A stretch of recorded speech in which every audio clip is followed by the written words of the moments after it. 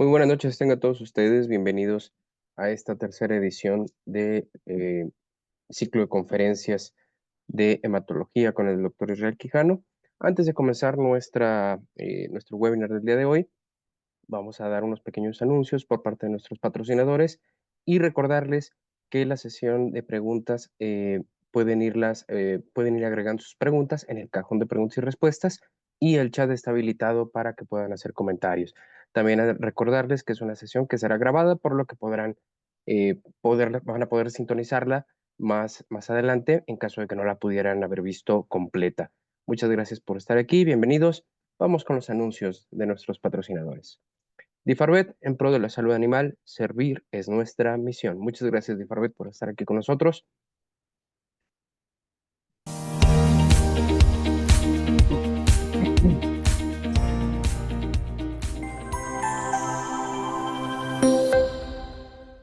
Difarbet es una empresa mexicana dedicada a la distribución de productos veterinarios, tales como equipo médico, instrumental, medicamentos,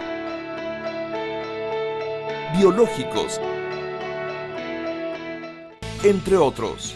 Esto con la finalidad de proveer a los médicos veterinarios de las herramientas necesarias que les permiten realizar una clínica ética y de mayor profesionalismo, favoreciendo la salud animal en los diferentes segmentos en todas sus áreas.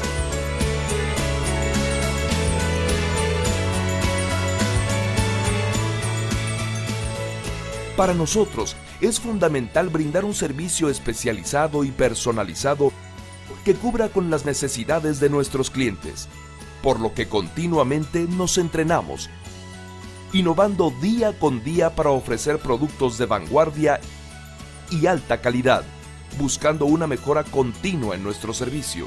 Permanentemente estamos identificando las necesidades del mercado veterinario para ofrecer las mejores soluciones, por lo que nuestra meta es lograr una salud animal de excelencia, que se traduzca en un bienestar para la sociedad, armonía familiar, empresas productivas y altamente competitivas.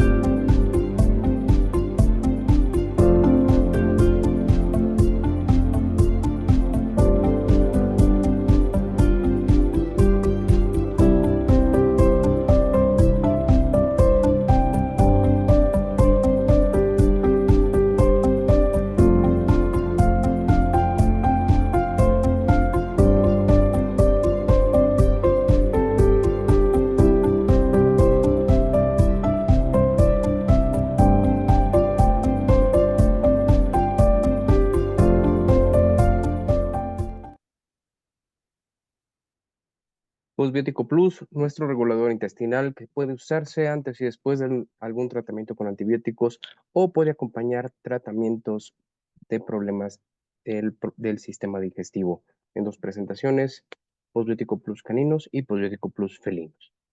También agradecer a Nutraceuticals VetLab por acompañarnos. Laboratorios Alevet, fuente de energía ATP, suplementos vitamínicos y minerales que complementan la eficiente recuperación de los pacientes disponibles con Nutraceuticals y de venta también en Difarvet. Agradecemos a Nutraceuticals por estar presentes el día de hoy. Productos que favorecen la estimulación del sistema inmunológico de la mascota, mejorando su salud y bienestar. Nutrición y salud intestinal, mejor calidad de vida.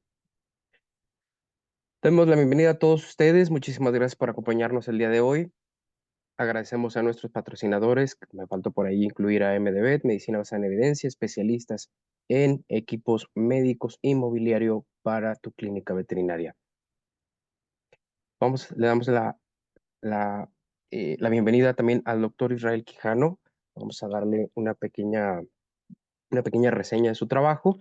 Él es médico veterinario zootecnista de formación con especialidad en medicina y cirugía en perros y gatos por la Universidad Autónoma del Estado de México, maestro en producción animal tropical con finalización en salud animal y doctorado en ciencias agropecuarias por la Universidad Autónoma de Yucatán, profesor de tiempo completo desde el 2008 en la Universidad Autónoma del Estado de México, perfil PRODEP, candidato a Sistema Nacional de Investigadores, certificado en el ejercicio de la medicina en perros y gatos.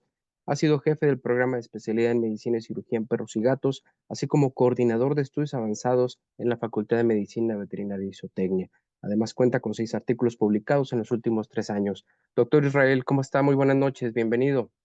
Muy buenas noches, pues aquí listos para empezar. Bienvenidos a todos.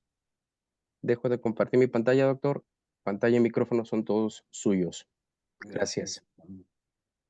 Iniciar acá a compartir.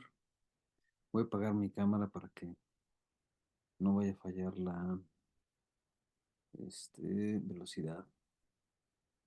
Espero que se escuche bien. Como mencionamos, pueden ir poniendo, me aparece aquí a mí en el, en la pantalla las preguntas, pues si quieren preguntar algo en el transcurso para irlo contestando y que no se vaya quedando tan al final. Pues nuevamente agradezco a Difarvet por la invitación para este ciclo de conferencias sobre hematología y la utilización de estas pruebas diagnósticas en la clínica de pequeñas especies. Bueno, algo que me gustaría mencionar es que también soy miembro asociado titular de la Sociedad Latinoamericana de Patología Clínica Veterinaria, donde, bueno, pues trabajamos, somos un equipo de médicos dedicados específicamente en el proceso de diagnóstico y eso es lo que hacemos, así como los ortopedistas solo se dedican a hacer cirugías de huesos, nosotros nos dedicamos exclusivamente a esto con una formación dirigida y bueno, prácticamente todos los días estamos haciendo lo mismo. Lo que les recomiendo yo a ustedes es que si en su ciudad hay algún patólogo clínico veterinario, pues se acerquen a él cuando tengan dudas para la interpretación de estas pruebas de laboratorio, porque pues en ocasiones sí puede ser un poco complicado eh, hacer algunas interpretaciones y siempre pues estarán dispuestos a apoyarles en ese sentido.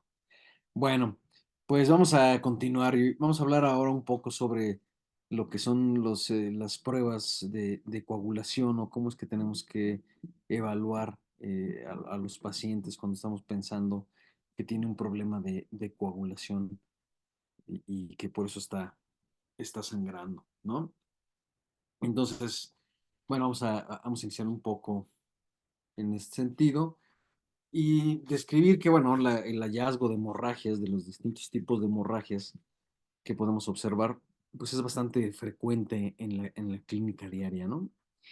Eh, las causas van desde traumatismos, cirugías, cortaduras, mordeduras por congéneres o por otras especies, laceraciones por arma blanca, que también pues llega a suceder, Eh, en ocasiones estas enfermedades estos cuadros clínicos de sangrados persistentes están asociados a enfermedades infecciosas como la erliquiosis, por ejemplo, la anaplasmosis, que pueden estarnos generando este tipo de problemas, o enfermedades metabólicas como la enfermedad renal, la insuficiencia hepática, ya en fases terminales, donde pues el equilibrio, el balance de de la homeostasis del paciente pues está completamente perdida y entonces los pacientes empiezan a desarrollar sangrados, ¿no? Normalmente nos referimos a estos cuadros de coagulación intravascular diseminada, que básicamente ya es la parte última del síndrome de disfunción multiorgánica en los pacientes y que casi siempre pues conduce a la muerte, ¿no? Aunque por ahí también en algunos sitios, en algunas localidades, puede ser probable que las intoxicaciones con raticidas puede ser una causa común de de estas coagulopatías. Entonces hay que tener en cuenta que pueden ser muchas las causas que están generando estos sangrados y que tenemos que hacer un abordaje sistemático para poder identificar cuál es la causa de lo que está sucediendo. Y básicamente, pues eso se hace a través del entendimiento de los procesos que conducen a la coagulación, entendida como concepto, ¿no? O la hemostasis, perdón, a la hemostasis, que en realidad es un proceso en el que interactúan muchos elementos de manera simultánea, pero que para su estudio se dividen en diferentes momentos, ¿no? En diferentes tiempos, aunque todo sucede, decíamos, simultáneamente. ¿Ok? En un estudio que nosotros realizamos ya hace algunos años en el hospital veterinario, tendremos que actualizar un poco esta, eh, esta información, pero más o menos se mantiene así, ¿no? De 50, de 120 pacientes que fueron de los que teníamos resultados ahí de tiempos de coagulación, o sea, representaban el 41%, mostraban, mostraban algún tipo de alteración en los resultados de los estudios de coagulación. La alteración más común fue la trombocitopenia, es decir, los conteos bajos de plaquetas que normalmente se asocian en muchos de estos casos al proceso de la toma de muestra, ¿no? El conteo de las plaquetas por los equipos de hematología o hacerlo manualmente eh, llega a tener algo ya lo habíamos mencionado en la primera charla cuando hablamos de hemograma, que las técnicas no son muy apropiadas, las plaquetas son muy sensibles para acumularse y normalmente los conteos casi siempre están subvalorando la cantidad de plaquetas que hay, ¿no? Normalmente hay más de las que se encuentran ahí. Entonces es importante hacer una evaluación siempre del frotis sanguíneo para identificar si existe o no una trombocitopenia. 25 de los 120 pacientes presentaron alteraciones en más de un parámetro, que, bueno, los que en este caso lo que nosotros estamos evaluando nada más fue el conteo de plaquetas, el tiempo de protrombina, el tiempo de tromboplastina parcial activada. 46% de estos pacientes con alteraciones eran mayores de 7 años de edad y entonces, pues bueno, eso puede ser un primer signo de que los pacientes adultos tienen más predisposición a ya desarrollar este tipo de enfermedades. Claro, aquí no estamos haciendo una diferenciación por tipo de patología, entonces muchos de los pacientes a los que se les hicieron estudios, pues eran pacientes que tenían diferentes enfermedades, ¿no? Eh, Sin embargo, lo que sí observamos es que cuando un paciente ya presentaba un signo o presentaba signos clínicos asociados a sangrados, lo más común, o sea, más del 50% o más ya presentaban alteraciones en alguno de los parámetros que nosotros estábamos evaluando, ya fuera la trombocitopenia o el tiempo de protrombina o el tiempo de tromboplastina parcial activada. Y vamos a ver qué es lo que tenemos que hacer para identificar qué es lo que está sucediendo. De entrada, el cuadro clínico, pues es diferente entre los diferentes alteraciones de las fases de la hemostasis. ¿Ok? Causas también como de sangrados, pues la exposición, ya decíamos, a tóxicos, como los cumarínicos, la warfarina, en los tratamientos con heparina, la administración de antiinflamatorios no esteroidales, que pueden conducir a tiempos retrasados de la coagulación o tiempos alargados del sangrado de la mucosa oral, etcétera, debido a la inhibición de algunas sustancias que son importantes para la adhesión y agregación plaquetaria y para la formación de la fibrina en los pacientes. También es frecuente en algunas razas, por ahí ustedes dirán si conocen alguna de estas razas, si han visto pacientes de estas razas, resalta principalmente el Doberman, ¿no? Que se considera que el 70% de los perros Doberman de raza pura tienen algún nivel de enfermedad de von Willebrand. Y esa enfermedad de von Willebrand, que es una alteración en un factor que favorece la adhesión plaquetaria y que puede generar sangrados, ¿no?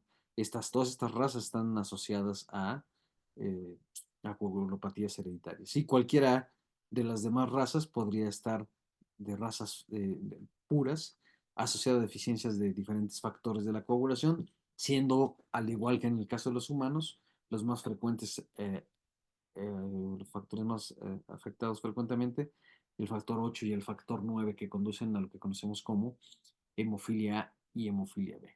Y el siguiente factor en deficiencia que podemos observar es la deficiencia del factor 12, donde en todos estos casos estamos hablando de factores genéticos que conducen a las alteraciones en este sentido. ¿Ok? Entonces, bueno, si entendemos nosotros que la hemostasis es el proceso por el cual se evita la pérdida de sangre de los vasos sanguíneos, y que los vasos sanguíneos, tenemos vasos sanguíneos de diferentes tamaños, desde unos muy grandes con muy alta presión hasta los más pequeños, que son los capilares que tienen muy baja presión, pero que normalmente es donde se suceden la mayor cantidad de las pérdidas de sangre a nivel tisular, ¿no?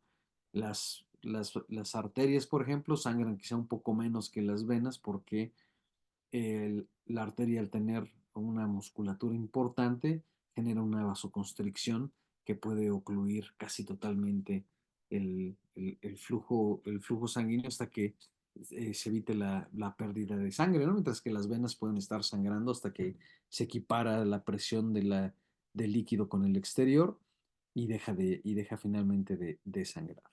Entonces, bueno, en el caso de la hemostasis primaria, vemos que los principales actores son los vasos sanguíneos y las plaquetas o trombocitos. Mientras que en la hemostasis secundaria estamos hablando de la actividad de los factores de coagulación. Les decía que esto está separado así porque para su estudio, ¿no? Para su análisis y que lo podamos entender mejor, pero en realidad actúan simultáneamente y ahora vamos a ver qué es lo que pasa. Lo que pasa es que los primeros estudios pues se hicieron in vitro, ¿no? Y el entendimiento de la coagulación hasta hace unos años pues era muy simplista, pero había ocasiones que los resultados no explicaban el cuadro clínico que estaba desarrollando el paciente y ahora vamos a ver por qué, ¿no? Entonces les decía, este proceso, desde la lesión tisular o endotelial hasta la formación del tapón hemostático final, pues se suceden todos estos mecanismos simultáneamente, ¿no?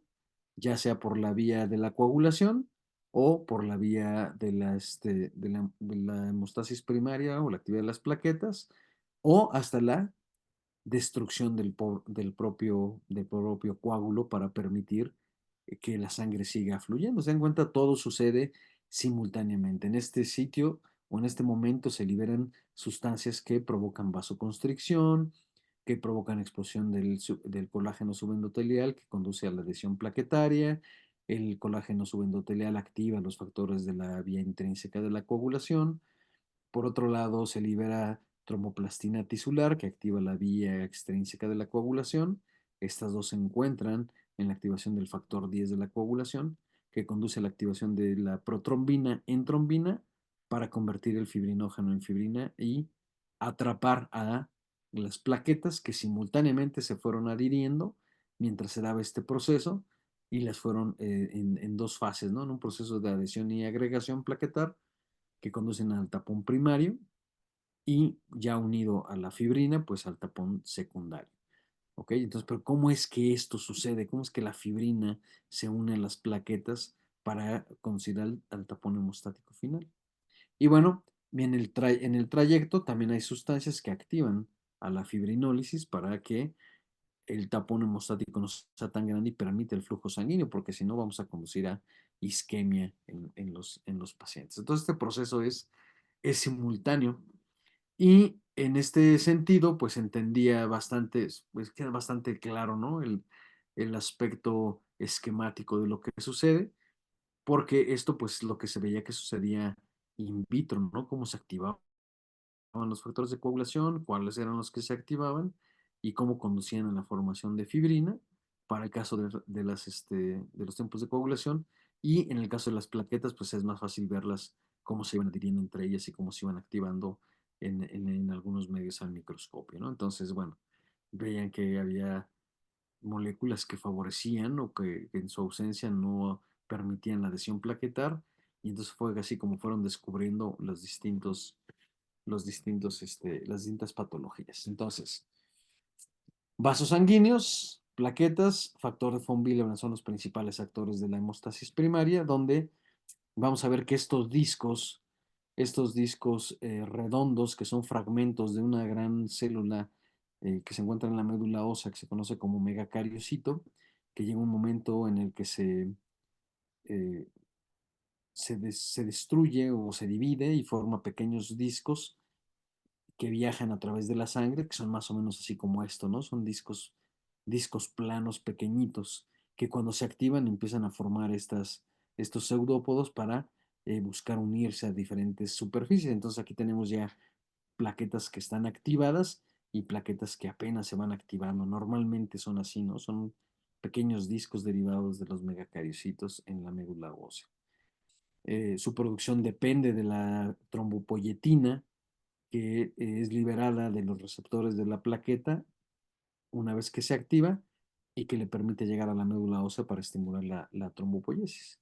Los vasos sanguíneos, por su parte, tienen un papel importante por el proceso, ya habíamos dicho, de la vasoconstricción por la capa muscular, pero también por la exposición decíamos, el colágeno subendotelial, es decir, por debajo de las células endoteliales de los vasos sanguíneos, y estas son las principales productoras, por ejemplo, de factor de von Willebrand y de eh, la expresión de los receptores para el mismo factor de von Willebrand para que puedan adherirse. Cuando las células endoteliales se mueren, se desprenden del subendotelio y entonces inician la cascada de la coagulación por la exposición hacia los tejidos. Cuando se mueren las células endoteliales, estas células endoteliales se mueren cuando las condiciones metabólicas son adversas, como en los casos de enfermedad renal crónica avanzada o como en los casos en intoxicaciones, en choque térmico, en enfermedad hepática, ¿no? Donde hay o en cuadros severos de acidosis que van a conducir a la muerte celular. Bueno, pues se mueren todas las células, ¿no?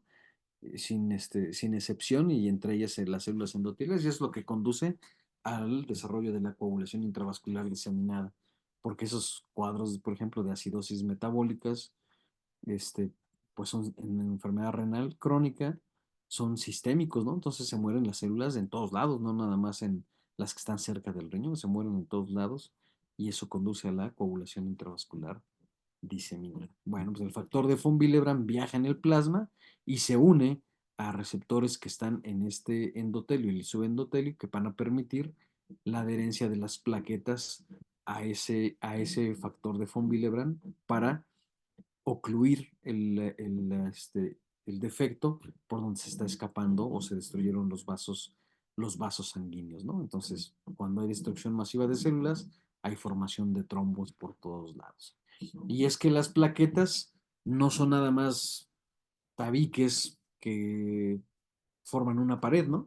Sino que tienen una gran cantidad de actividades metabólicas que les permiten interactuar, ¿no? Y entonces tienen, por ejemplo, en su superficie receptores para el fibrinógeno, tienen receptores para la trombina, tienen receptores para, para los tromboxanos, que estos son los que lo activan.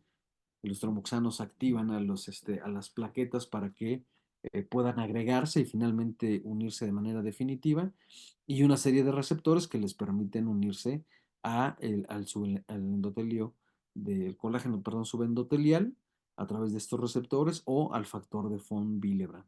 Como vemos, son una gran cantidad de receptores que están aquí pendientes sobre la superficie de la plaqueta, y eso es lo que hace que los factores de coagulación se activen únicamente sobre la superficie de las plaquetas y no lo hagan alrededor de, bueno, perdón, en el plasma, ¿no? O en el plasma, en las muestras, y por eso es que no hay coagulación intravascular diseminada cada que se activa la coagulación, porque el proceso de coagulación sucede porque los factores de coagulación, los distintos factores de coagulación, están unidos al, a las plaquetas, y ahí es donde se sucede la formación de la fibrina que permite entonces la unión de las plaquetas cuando ya se agrega, ¿no? Pero primeramente las plaquetas tienen que ser agregadas. Claro, este proceso depende siempre de la cantidad de plaquetas disponibles. Si hay pocas plaquetas, pues este proceso se ve ralentizado y el paciente sangra durante más tiempo, o en la deficiencia de factor de von Willebrand, que es definitoria para el proceso de adhesión al endotelio, bueno, al subendotelio, y, y entonces también puede ser un factor importante que conduzca a los sangrados. Y el tromboxano A2, ustedes recuerdan que el tromboxano A2 es una prostaglandina de la cascada del ácido araquidónico, que es inhibida por la actividad de los antiinflamatorios no esteroidales, y que cuando esto no se produce, pues la activación de las plaquetas también se ve ralentizada un poco alterada, y disminuye la capacidad de las plaquetas de agregarse. Al disminuir esa capacidad de agregación, pues también disminuye la probabilidad de la formación de trombos. Entonces, por eso es que la gente que tiene problemas potencialmente del desarrollo de trombosis, se le recomienda, o a partir de cierta edad hay médicos que recomiendan el consumo de dosis pequeñas o de microdosis de ácido acetilsalicílico para inhibir la producción de tromboxano. Esa es la razón, ¿no? Entonces, si vemos aquí nada más en este proceso, eh, las plaquetas es una causa importante, la deficiencia de plaquetas o de su función es una causa importante de sangrados en los pacientes. Entonces hay que identificar, ¿sí? Y hay pruebas específicas para hacerlo. Ahora las vamos a ver. Ay, no quiere cambiar. Ok, mientras que la hemostasis secundaria, ahí estamos refiriéndonos ahora sí específicamente a lo que son los factores de coagulación. Los factores de coagulación son una serie de proteínas y de cofactores que están presentes en el plasma, eh, o de sustratos, que la mayoría son producidos por el hígado, excepto el calcio, que eso viene de la dieta, ¿sí? Pero el resto son producidos por el hígado. Algunos de ellos son dependientes de la vitamina K, es decir, necesitan vitamina K para su activación. La vitamina K no forma parte de los factores de coagulación, solamente permite la carboxilación de algunos aminoácidos para que los factores de coagulación se vuelvan activos. Entonces, eso es importante porque vamos a ver que sí hay problemas en este sentido cuando hay deficiencias o inhibiciones de la vitamina K. Entonces, bueno, la hemostasis secundaria tiene las funciones de acelerar la producción de fibrina hasta 1 millón de veces la velocidad de lo normal, así de crítico es. También regular el tamaño del tapón de fibrina de acuerdo a la lesión, porque solamente en ese sitio es donde se van a activar los factores de coagulación, no se activan en otros lados, no escapan. Y por tanto, bueno, también el aislamiento de ese mismo tapón en el sitio. Entonces, factores dependientes de la vitamina K son el factor 2, o sea, la protrombina, el factor 7, el factor 9 y el factor 10. Esos 4 factores son dependientes de la vitamina K y lo que necesitan es que en sus residuos de aminoácidos de ácido glutámico se carboxilen y se conviertan en ácido gamma carboxiglutámico en esta forma para que el precursor del factor de coagulación se convierta en un simógeno y entonces ahora sí esté disponible para su activación. Y estamos hablando bueno, básicamente de esos 4 factores, el 2, el 7, el 9 y el 10. ¿Ok? Este es el proceso. Bueno, ¿y dónde está la vitamina K? Bueno, la vitamina K es un cofactor que ayuda a la gamma glutamil carboxilasa a llevar a cabo este proceso. ¿Ok? Entonces la vitamina K, que se utiliza como cofactor para la función de esta enzima, se convierte en una vitamina K epóxido, porque algo de este oxígeno que estaba aquí presente para la carboxilación, pues queda dentro de la vitamina K o en la estructura de la vitamina K. Como la vitamina K es una vitamina esencial que se produce o que se obtiene del alimento o en la cierta producción a nivel intestinal por bacterias, eh, no está tan disponible como nosotros esperaríamos, ¿no? Entonces el organismo pues, desarrolla un mecanismo en el que reutiliza, no está determinado que la cantidad de ciclos que la vitamina K se reutiliza a través de la actividad de una enzima que es la vitamina K epóxido reductasa hasta convertir la vitamina K epóxido que resultó de esta activación hasta vitamina K quinol para volver a entrar a ese ciclo de activación. Entonces, ¿qué es lo que pasa? Que los rodenticidas lo que hacen es inhibir a esta enzima. Lo que hacen es inhibir esta enzima. Por lo tanto, el paciente, se notan pues que los pacientes no pueden formar factores de coagulación activos y por tanto requieren de vitamina K como tratamiento, de vitamina K1 o fitomenadiona, ¿no? Que es la forma activa que es necesaria para hacerlo. La vitamina K no hace nada en la coagulación, o sea, no favorece la formación de coágulos. La vitamina K que nosotros administramos por vía oral en los pacientes cuando se sospecha o que están intoxicados con cumarínicos o rodenticidas de este tipo, pues le toma unos días en empezar a hacer efecto, ¿no? Porque inmediatamente que nosotros la empezamos a suplementar y se absorbe, pues empezará a activar algunos factores de coagulación, pero hasta que no se consiga una cierta cantidad, habrá una coagulación apropiada, perdón. Mientras, eso no va a suceder. La vitamina K no actúa inmediatamente. ¿No? Porque ese es uno de los principales problemas, es que la gente, el médico veterinario, ve a un paciente sangrar, nada más porque está sangrando, y lo primero que hace es inyectarle vitamina K. Y espera que con eso deje de sangrar, ¿no? Y hay quienes todavía hasta le echan la vitamina K donde está sangrando, pensando que eso va a controlar la coagulación, y pues, como vemos, eso no tiene ningún sentido. La vitamina K, que es útil para el tratamiento de estos tipos de intoxicaciones o de deficiencias de vitamina K, la cual es muy rara, les digo, este, no es vitamina K1. La vitamina K inyectada tarda mucho tiempo en activarse y no va a tener un efecto, nunca tienen un efecto inmediato. Entonces, por ahí tenemos que empezar en este sentido. ¿Ok? Y bueno, ya pasando a la actividad de los factores de coagulación, vamos a ver cómo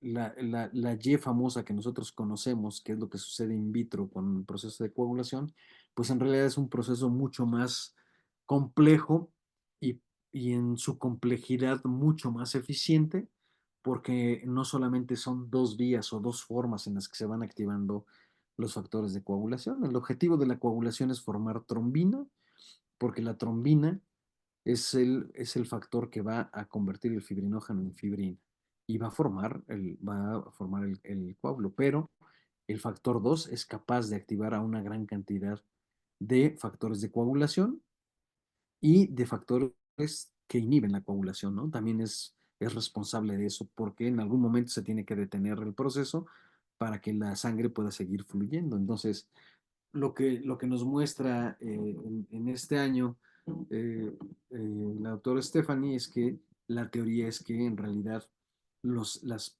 células o las plaquetas tienen receptores a los que se unen los factores de coagulación y el proceso de coagulación se da sobre la célula. O sea, los factores no andan flotando. Aquí, aunque dice que se forma trombina o el factor 2 activado y que pasa al plasma, no, en realidad lo único que es que se activa, pero se activa sobre la propia célula, ¿no? Y vean cómo hay un primer proceso, que es un proceso de iniciación, donde hay factores, el factor tisular, ¿sí? Que es el factor 3 de la coagulación, que activa, esta es la forma más común de activación y la más eficiente, es la vía, lo que conocemos como vía extrínseca, la activación del factor 3, que activa el factor 7, que activa el factor 10, y después se une con el factor 5 activado, activan el factor 2, y entonces convierte el fibrinógeno en fibrina. Pero por otro lado, el factor 7 también es capaz de activar al factor 9, que estaba en el lado de la vía intrínseca de la coagulación. De hecho, era el último paso de la vía intrínseca de la coagulación antes de unirse a la vía extrínseca. Entonces, el factor 9 y el factor 2, en una fase de amplificación, van a tener otras actividades. El factor 9 se va a unir al factor 8, ¿sí? El factor 8 se activa una vez que se libera del factor de von Willebrand, al que va unido para poder sobrevivir un buen rato en la sangre. Este factor de von Willebrand, dijimos, se va a la adhesión plaquetar y libera al factor de von Willebrand, que se va a unir al factor 9, y el factor 9 van a activar el factor 10, ¿no? Esa es otra vía que conocemos.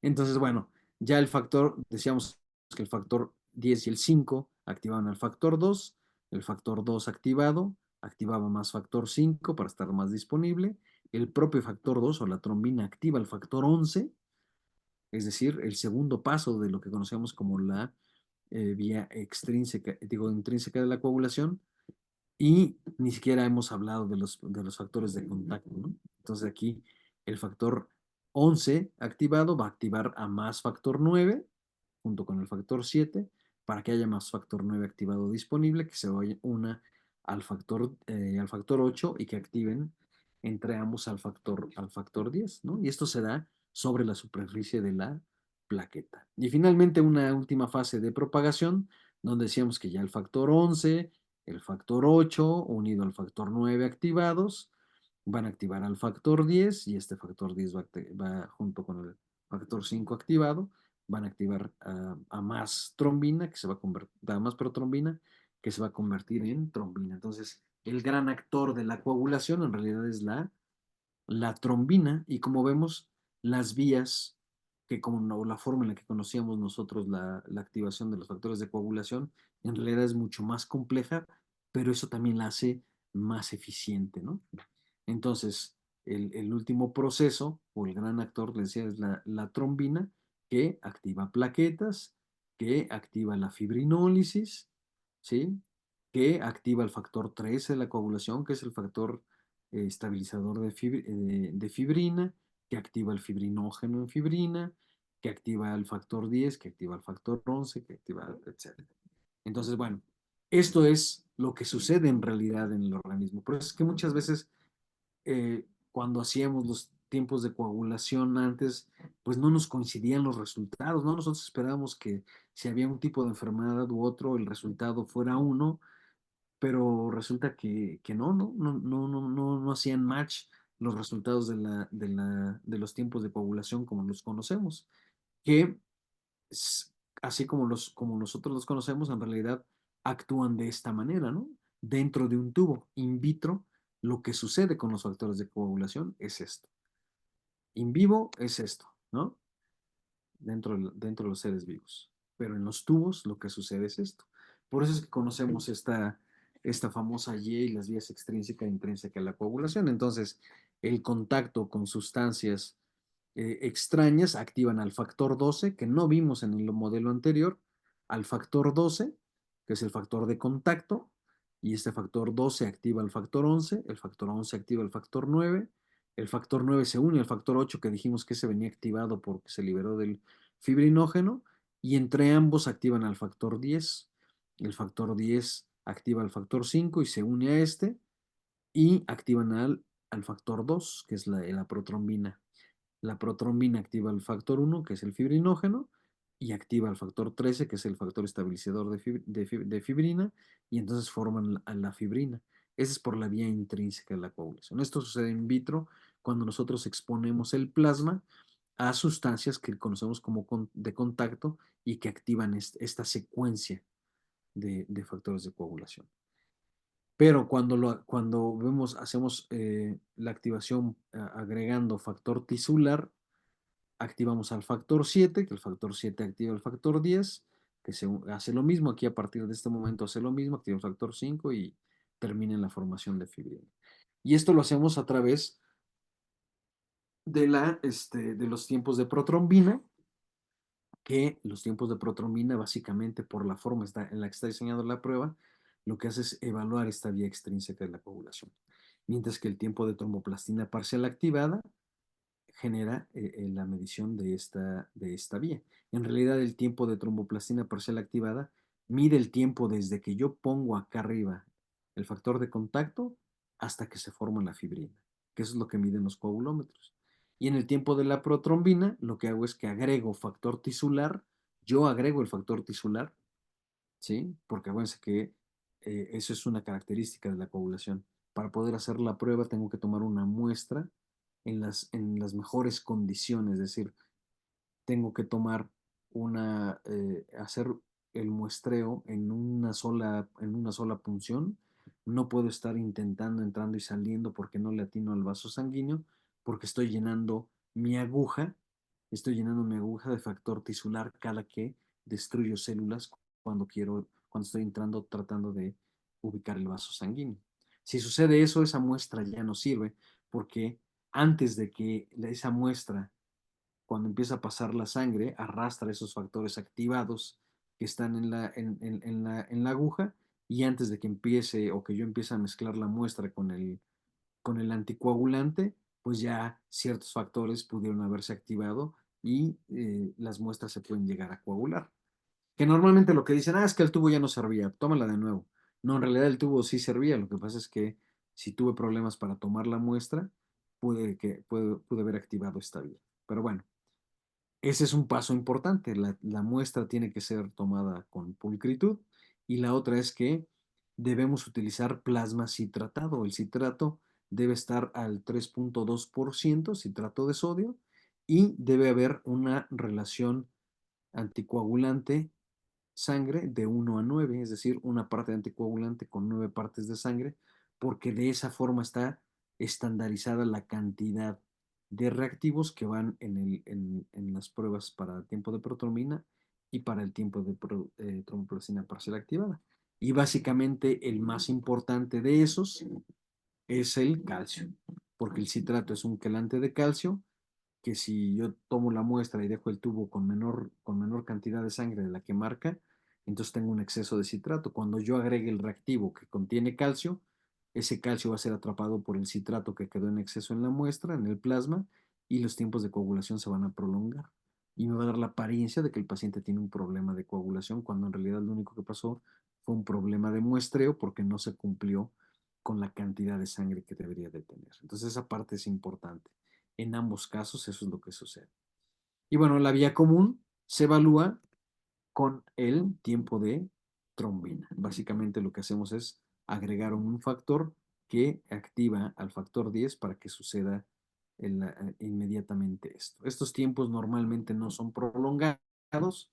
La vía extrínseca, antes de que el paciente presente signos clínicos, cuando hago la medición del tiempo de protrombina, puede estar máximo en los 10 segundos, pero normalmente está entre 6 y 7 segundos, mientras que el tiempo de tromboplastina parcial activada normalmente está entre los 12 y 15 segundos.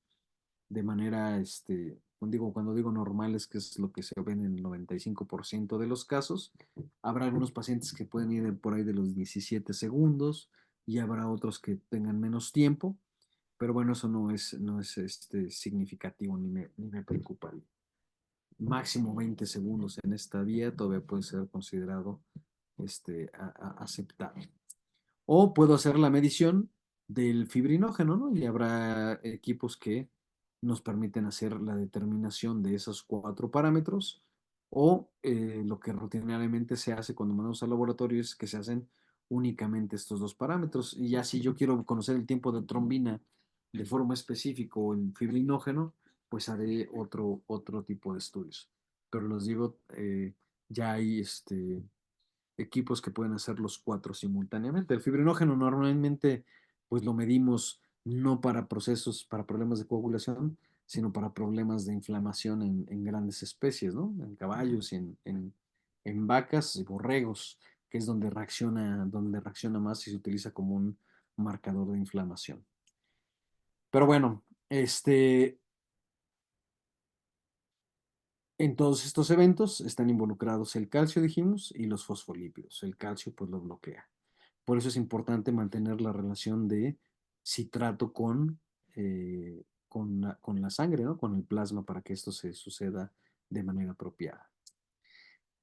Ok, bueno, esas son las bases de cómo funciona la coagulación.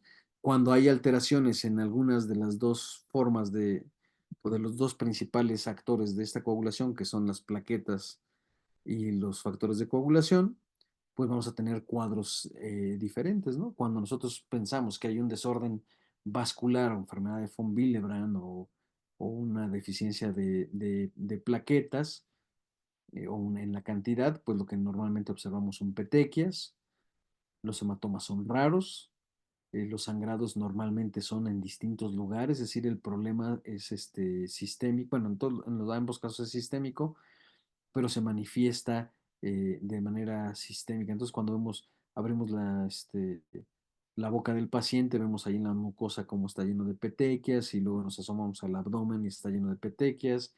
Y si nos asomamos a la conjuntiva, o a la mucosa vulvar o la mucosa peniana, también es probable que encontremos petequias, ¿no?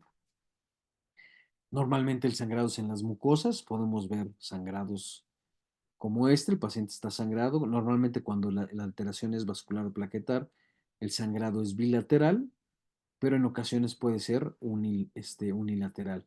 Aunque normalmente cuando es unilateral casi siempre nos indica que hay algo en esa fosa, porque si fuera un problema de coagulación, sería este. En la cavidad nasal no hay vasos sanguíneos grandes, no hay un vaso sanguíneo grande. Entonces, en realidad, cuando nosotros vemos sangrados, casi todo es porque hay lesión capilar, ¿no? Y hay tantos capilares, eso sí sabemos, hay muchísimos capilares, que los sangrados son profusos. No hay manera de entrar y hacer clip en los diferentes capilares porque nunca vamos a acabar. Entonces, cuando vemos epistaxis, tenemos que estar pensando casi siempre que el problema es un desorden plaquetar. Y también lo que vemos cuando estamos tomando la muestra es que después de tomar la muestra el sangrado es prolongado. O sea, no deja de sangrar después de que saco yo la aguja. Y eso puede indicarme que las plaquetas no hay en suficiente cantidad o no están funcionando bien.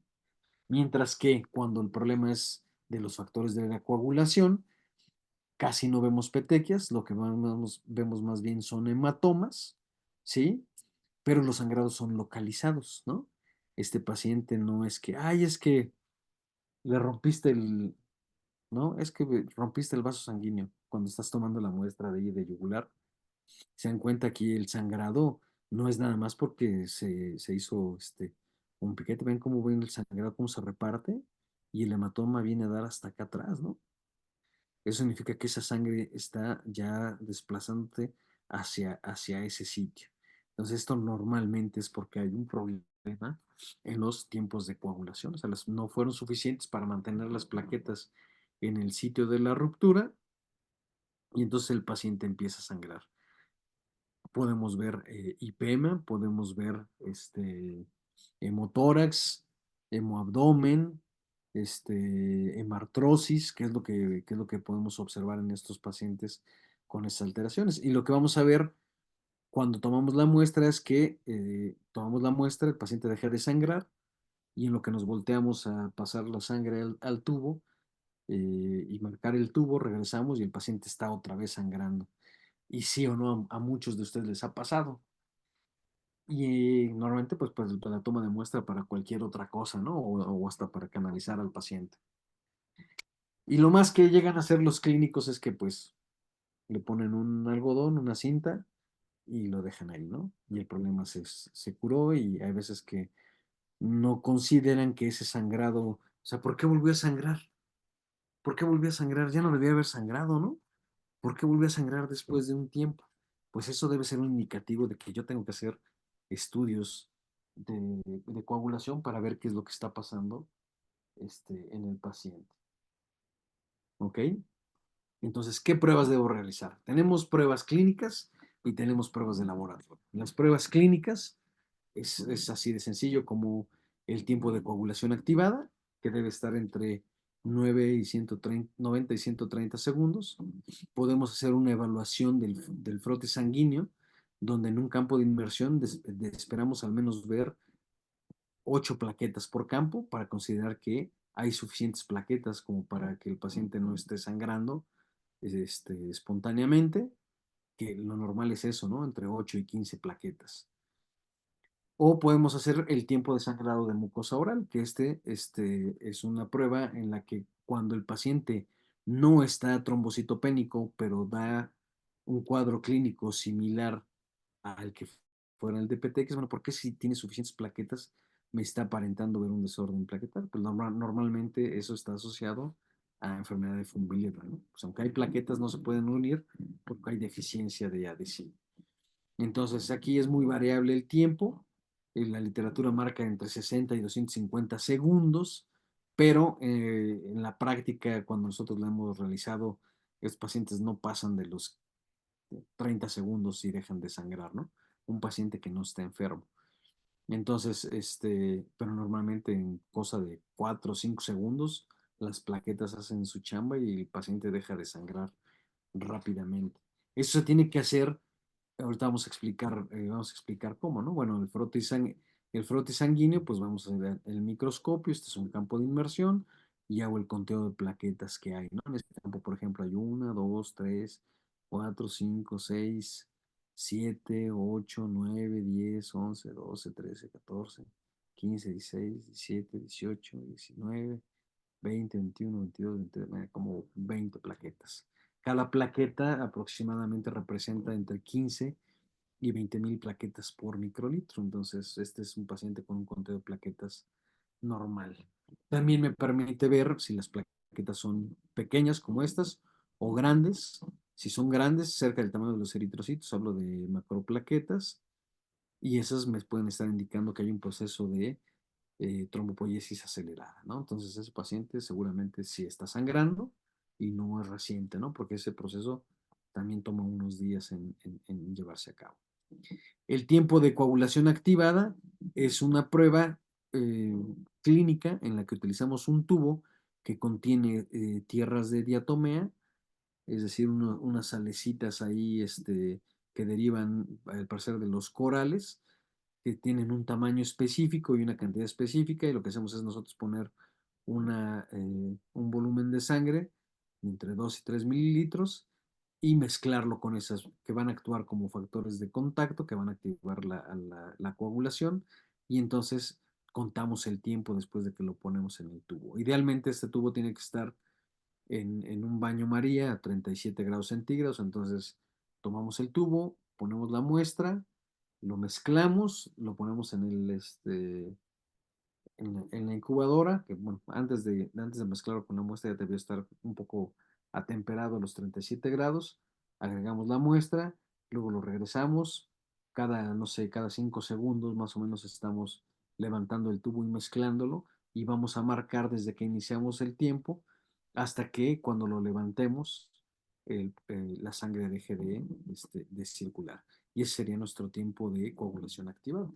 Eso evalúa, por un lado, la vía extrínseca de la coagulación, porque dijimos que requiere factores de contacto, y la cantidad de plaquetas. Si no hay plaquetas, no hay fosfolípidos disponibles para la activación de los factores de coagulación, y entonces este tiempo se prolongará. Entonces es una manera indirecta de evaluar de la presencia de plaquetas. Pero bueno, para pues, un hemograma o un conteo en un frotis, ¿no? Y el tiempo de sangrado de la mucosa oral, pues es eso, ¿no? Utilizamos lancetas que tienen un tamaño y una profundidad específica que generan este tipo de lesiones que están estandarizadas. No puedo agarrar yo cualquier bisturí y cortarle porque a veces voy a cortar más, a veces voy a cortar menos, depende de si se movió o no se movió el paciente. Esto genera ese tiempo. Entonces ponemos un papel para absorber la sangre, el exceso a medio centímetro a 1 centímetro de distancia de donde fue la cortada para estar absorbiendo la sangre que se está depositando para ver en qué momento deja de sangrar. Y ahí hacemos el conteo. Y les digo, este normalmente no rebasa los 15 segundos, 30 segundos cuando mucho, pero la literatura marca hasta 250 segundos como un tiempo apropiado. Esos 4 minutos es mucho tiempo para tener un paciente así. Normalmente no llega hasta allá. Pero bueno.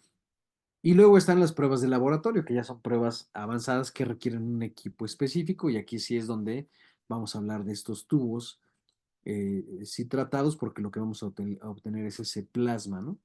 Y entonces ahí tenemos el tiempo de protrombina, el tiempo de tromboplastina parcial activada, el tiempo de trombina, el tiempo, la concentración de fibrinógeno, que se les digo normalmente se utiliza para el proceso de inflamación, pero también podemos hacer la medición del factor de von Willebrand, en el caso de que sospechemos y queramos confirmarlo así, y tenemos pruebas que identifican o que miden los productos de degradación del fibrinógeno como el dímero D, que es el más importante residuo, digamos, de la transformación del proceso de fibrinólisis y que cuando está incrementado me indica dos cosas, o el paciente está recibiendo fibrinolíticos, lo cual lo podemos identificar en la historia clínica, o el paciente está en coagulación intravascular diseminada.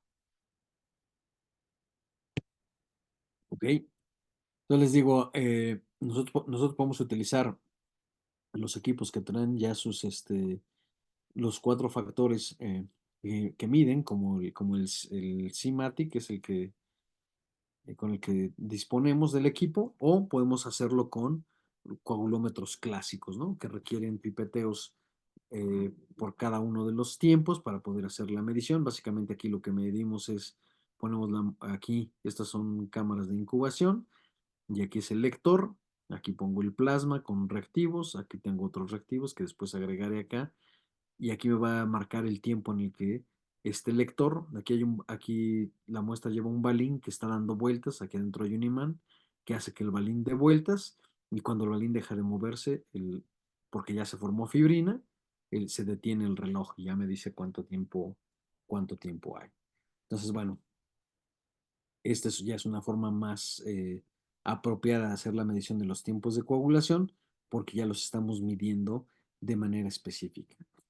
Todas las pruebas de coagulación o todos los estudios que están relacionados a los tiempos de coagulación utilizan plasma citratado. O sea, todas están estandarizadas para utilizar plasma citratado para hacer los estudios. Entonces, bueno, eso lo pueden hacer en su laboratorio, en el laboratorio que tengan más cerca, ¿no? De confianza en ese sentido. Y pueden hacer la medición. Entonces, nosotros lo que vemos es que sí, ay, aquí me falta una diapositiva que no sé por qué se saltó. Lo que hacemos es evaluar una combinación. A ver, permítanme, voy a dejar de compartir. No sé por qué no apareció.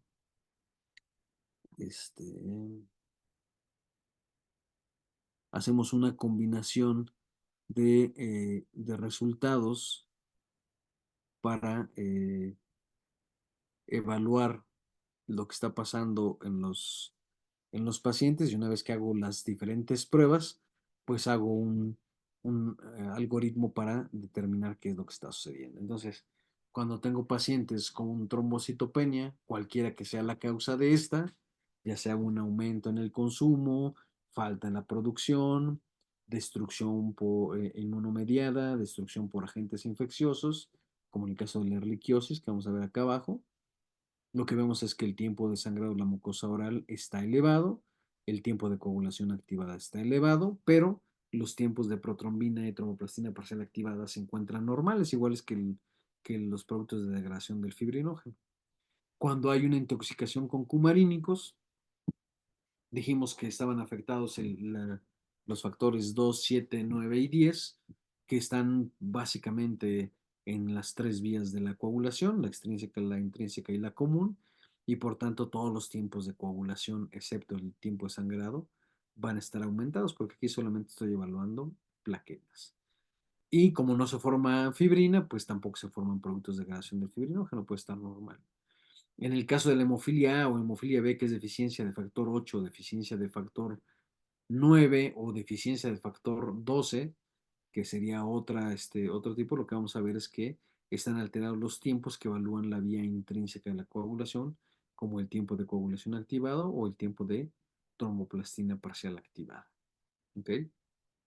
Cuando el paciente está recibiendo fibrinolíticos, lo que vamos a ver es que, bueno, los fibrinolíticos no solo destruyen fibrina, ¿no? También destruyen algunos factores de coagulación como el 5 y el 8 y por tanto afectan la producción de fibrina.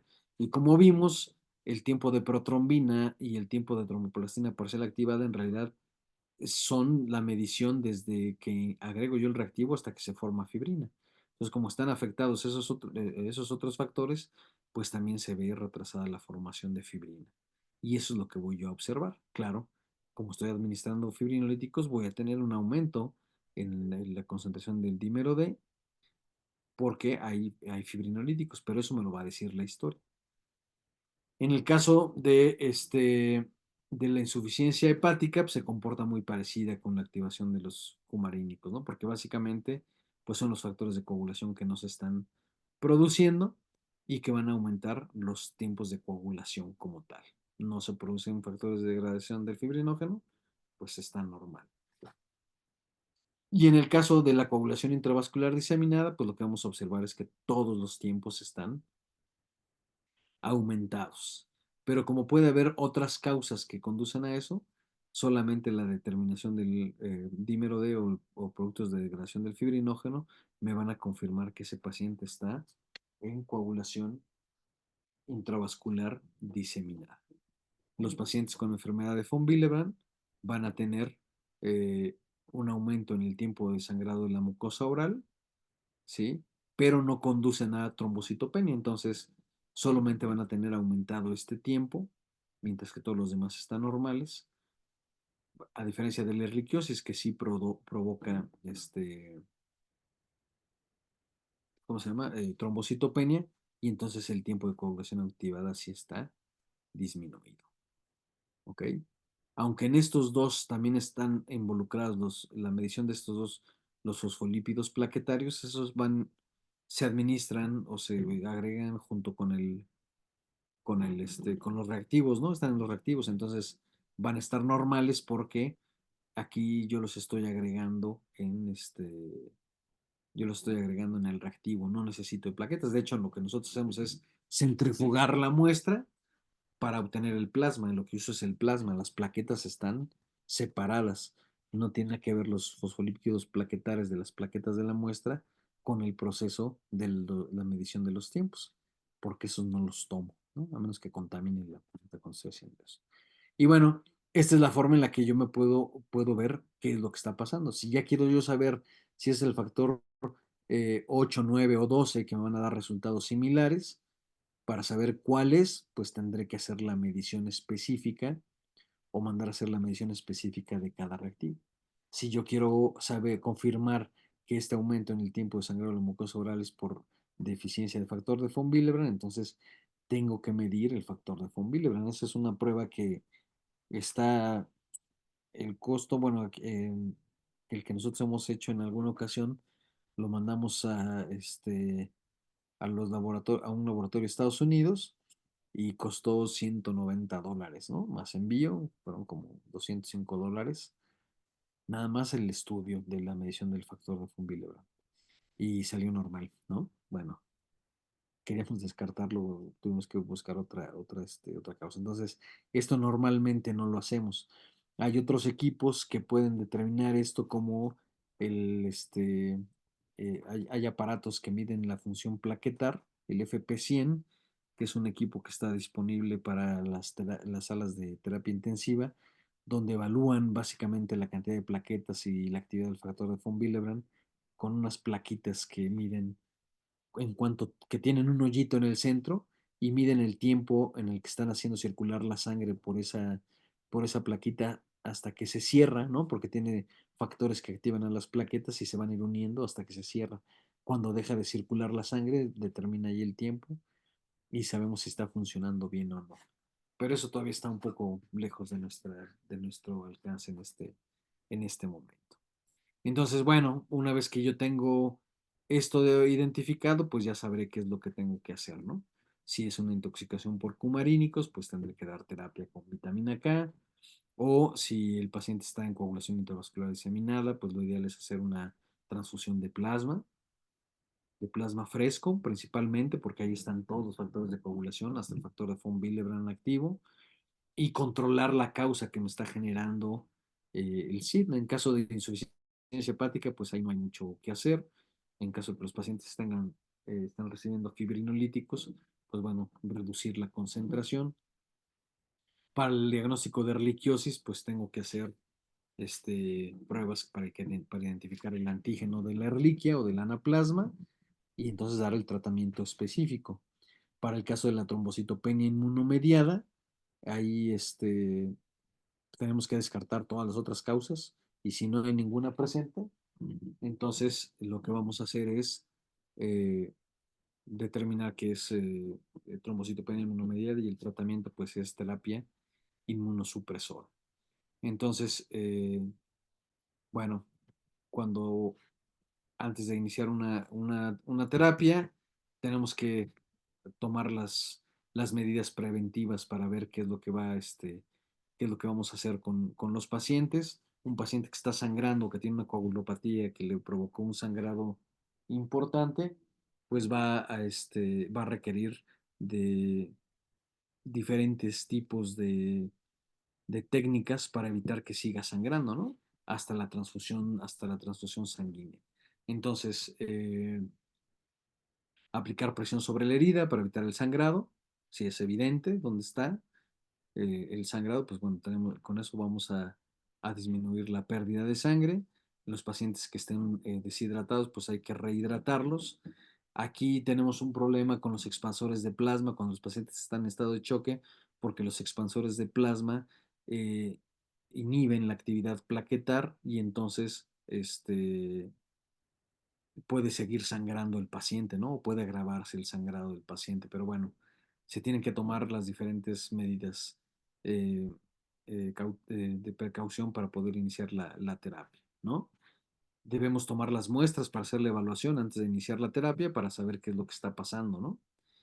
Y en todo caso, realizar una transfusión sanguínea. Cuando hablamos de transfusión sanguínea, pues bueno, dependerá de qué nivel de hematocrito tiene el paciente y dependerá si requiere o no o únicamente plasma, ¿no? Que también se considera una transfusión sanguínea. En México, pues de manera práctica, lo que más utilizamos es pues la transfusión de sangre completa, sangre fresca completa, porque es lo que estamos obteniendo. Habrá algunos sitios donde podrán separar los diferentes componentes, pero en realidad no tenemos bancos de sangre, ¿no? Como tal, o sea, no es como en humanos, de que, necesito 3 bolsas de sangre A positiva, ¿no? Y ya están ahí porque están categorizadas. Aquí no. Aquí actuamos en función de lo que necesitamos y si tuviéramos los equipos que nos permiten separar, si el paciente, hablando de un paciente con coagulación intravascular diseminada, que solo requiere plasma, pues bueno, si yo tuviera como tomar la muestra de sangre y hacer la separación, entonces podría solamente administrar plasma, ¿no? Porque también los eritrocitos pues generan su exceso y tienen sus efectos adversos, ¿no? La transfusión como tal. Entonces, lo primero es identificar para poder eliminar los posibles tóxicos o agentes infecciosos, tratarlos y entonces, en todo caso, retrasar lo más posible cualquier evento quirúrgico o administración de drogas que alteren la hemostasis tendré que manejar otro tipo de analgésicos, tendré que operarlo después porque pues el paciente está sangrando y a lo mejor el sangrado es más importante que arreglar la fractura de húmero que puede tener el paciente, ¿no? Eso no lo va a matar, pero el sangrado sí, si entro a cirugía, bueno, eso va a pasar. En ocasiones, bueno, más bien en pocas ocasiones es cuando se realizan de manera rutinaria la evaluación de los tiempos de coagulación y los cirujanos luego se llevan sorpresas ahí, ¿no? Y ponen en apuros a los anestesiólogos porque son los que tienen que salir corriendo por la unidad de sangre o conseguir un donador porque el paciente está sangrando de más, ¿no? Afortunadamente, como vimos, el sistema es tan complejo y tan eficiente que en muy pocas ocasiones el paciente va a ponerse en condiciones críticas. Pero lo ideal es siempre identificar este tipo de patologías antes de llevarnos sorpresas, ¿no? Porque eso sería lo indicado. Entonces, la recomendación es siempre realizar, os les voy a poner la última diapositiva acá, que también se quedó aquí oculta por alguna razón.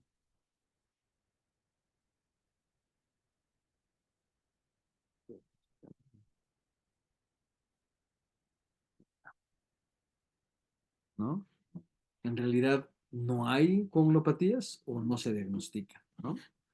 Porque en realidad en cualquiera de estos casos, cuando yo quiera ver a un paciente, pues tengo que estar viendo qué es lo que está sangrando. A lo mejor, pues sí, no, bueno, el paciente tiene un tumor venoso transmisible y por eso está sangrando constantemente, pero puede el paciente tener su tumor venoso transmisible y aparte tener un problema de coagulación.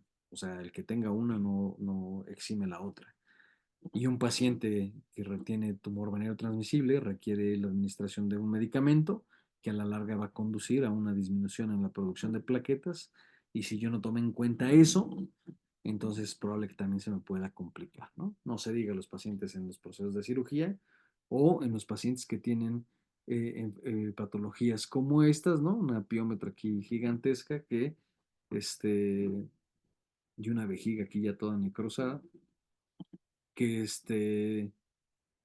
que bueno, pues lo más probable es que va a entrar en coagulación intravascular diseminada, ¿no? O está a nada de desarrollarla. Si no había sangrado antes de entrar a la cirugía, pues bueno, ahí está. Aquí, bueno, es una necropsia, ¿no? No es una cirugía, pero para no llevarnos ninguna sorpresa.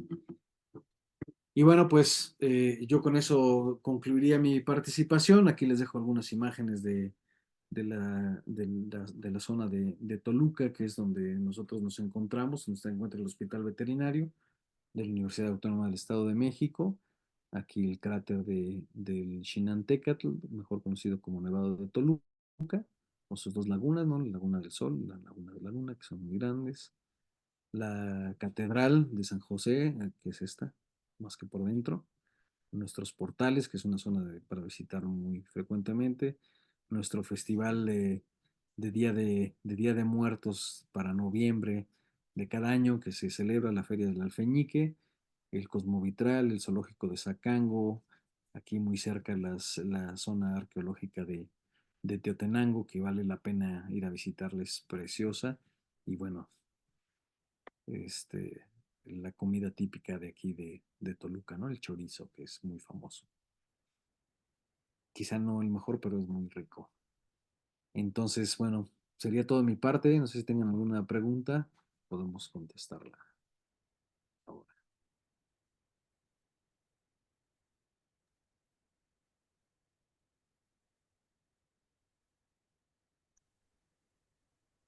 Está abierto el cajón de preguntas y respuestas por si los quieren escribir o si desean abrir su micrófono, con todo gusto les podemos dar Ah, acceso. aquí hay una pregunta de Marcela. Eh, bueno, saluda a Carlos Fonseca. Saludos. Nos saluda Flavia desde Mendoza, Argentina. Saludos hasta Argentina. Qué gusto. Eh, y bueno, viene una pregunta, Marcela dice, Los terrier escocés también tienen el mismo síndrome del Doberman. Es probable, no tengo el dato preciso ni en qué proporción, pero en realidad, pues, si hay alguna alteración genética, es probable que pudieran tenerla, en realidad cualquier animal en ese sentido, ¿no? O sea, sí podrían tenerlo. Entonces, lo mejor para confirmarlo es primero pues, hacer el tiempo de sangrado de la mucosa oral y después la medición del factor de von Willebrand, que les decía es caro, pero que puede ser bastante útil.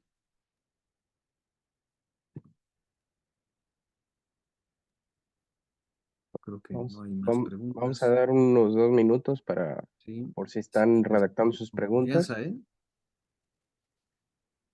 mientras les Mientras vamos a pasar un video en off para que vean los equipos que MDB tiene para ofrecerles a ustedes. así es. Aquí hay otra pregunta. Creo que está en el chat. Ay, aquí está. ¿Cuál es el protocolo recomendable para pacientes con intoxicación por warfarina?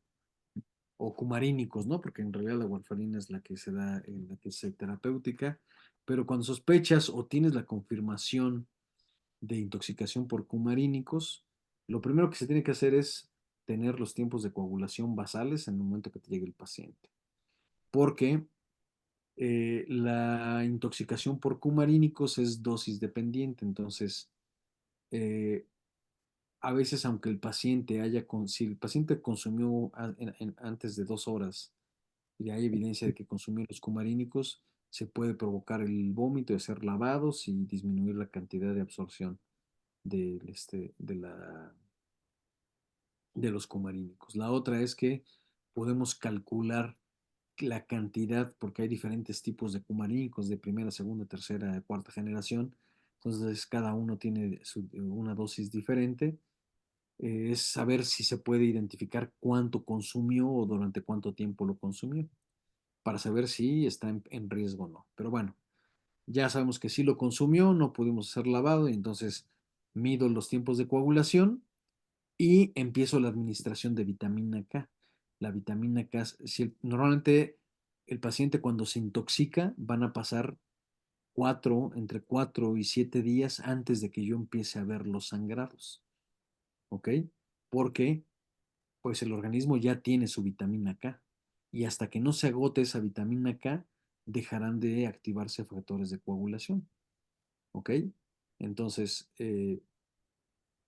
si yo una vez que identifico el consumo de los cumarínicos, entonces empiezo a administrar vitamina K a la dosis que esté recomendada. La versión que les vayan a dar, ya sea oral o de las diferentes marcas, pues vienen en distintas presentaciones y será durante al menos 15 días porque el tiempo de efecto de estos inhibidores de la epóxido reductasa puede ir desde las 2 semanas hasta las 3 semanas, 3 o 4 semanas, depende del tipo de cumarínico que se administró. Entonces, durante ese tiempo se tiene que estar dando vitamina K. Y cada semana al menos deben estarse midiendo los tiempos de coagulación para saber si el paciente desarrolló o no la coagulopatía, ¿no? Porque si yo ya estoy administrando la vitamina K, es muy probable que no vaya a desarrollar ningún problema el paciente. Claro, esos pacientes se tienen que mantener en reposo relativo, es decir, no son pacientes que podamos sacar a pasear, o que estén conviviendo con otros animales, y menos si se llevan pesado, porque si tienen un problema es más probable que se desarrolle el cuadro clínico de sangrados. Y al finalizar el tratamiento normalmente se recomienda dar una semana más del tiempo que se espera que funcione el cumarínico, es decir, si es de cuarta generación son 4 semanas, si es de primera generación son 2 semanas, entonces a esos 3 semanas y a los otros 5 semanas de vitamina K y hay que estar midiendo los tiempos de coagulación. Si en ese tiempo no hubo cambios en los tiempos de coagulación, no pasa nada. Si desarrolla aumento en los tiempos de coagulación en el transcurso del tiempo que estamos esperando que el paciente esté intoxicado, a lo mejor podemos administrar, bueno, tener cuidado con el paciente para que no sufra ningún tipo de traumatismo y no sangre, y a lo mejor aumentar un poco la cantidad de vitamina K para que haya más disponible en esos pacientes. Ojalá haya podido responder tu pregunta y no confundirte más. Abigail, buenas noches. En cuanto a trombocitosis, es decir, a un incremento de las plaquetas, ¿cuáles serían las principales causas aparte de la toma de muestra errónea? Ok, entonces yo creo que quisiste decir trombocitopenia, una disminución de la cantidad. Lo más común, eh, lo, lo más común es que el conteo por los equipos no sea apropiado porque se forman cúmulos. Entonces, hacer un frote sanguíneo me va a permitir irme al borde del frotis e identificar si hay cúmulos plaquetarios. Si hay cúmulos plaquetarios, ya no importa el número de plaquetas que me dé el resultado, el que yo pueda medir con otra técnica, porque se asume que si las plaquetas se acumularon, hay suficientes plaquetas como para acumularse y formar un tapón. Entonces, no debería ser esa la causa del sangrado. Entonces, las siguientes causas comunes, depende de la región. Si es una región donde hay vectores, pues hay que considerar la erliquiosis, la anaplasmosis como causas, la trombocitopenia inmunomediada, los pacientes con enfermedades metabólicas donde está acelerada la utilización o la destrucción de células endoteliales, esa puede ser esa puede ser otra causa. Y obviamente los traumatismos o las laceraciones frecuentes donde se utilizan plaquetas, entonces ahí es más probable que estén disminuidas. Un paciente que sale de una cirugía normalmente va a estar en un periodo de unos 2 o 3 días en que sus conteos de plaquetas van a estar bajos porque pues, se utilizaron durante el proceso, ¿no? También depende qué tan severo fue el sangrado, pero en esos momentos puede haber trombocitopenia. No espantarse, hay que darle unos días a que la médula ósea empiece a producir las plaquetas nuevas o identificar las plaquetas jóvenes, ¿no? Las macroplaquetas para poder decir si esa trombopoiesis está funcionando. Ok, creo que aquí hay otro. ¿Qué sucede si se pasa de la dosis de vitamina K? No reportan efectos de hipervitaminosis K. En realidad no han sido reportados, pero si fue una sola dosis, no tendría que generar mayor problema, ¿no? Tampoco es que el hígado va a producir más factores de coagulación, ¿no? Solo utiliza la vitamina K que necesita para formar sus factores de coagulación.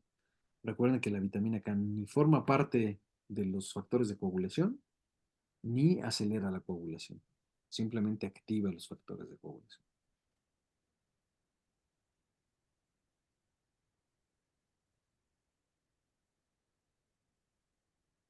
¿Ya? Creo que son todas las preguntas. Parece ser que sí, Doc.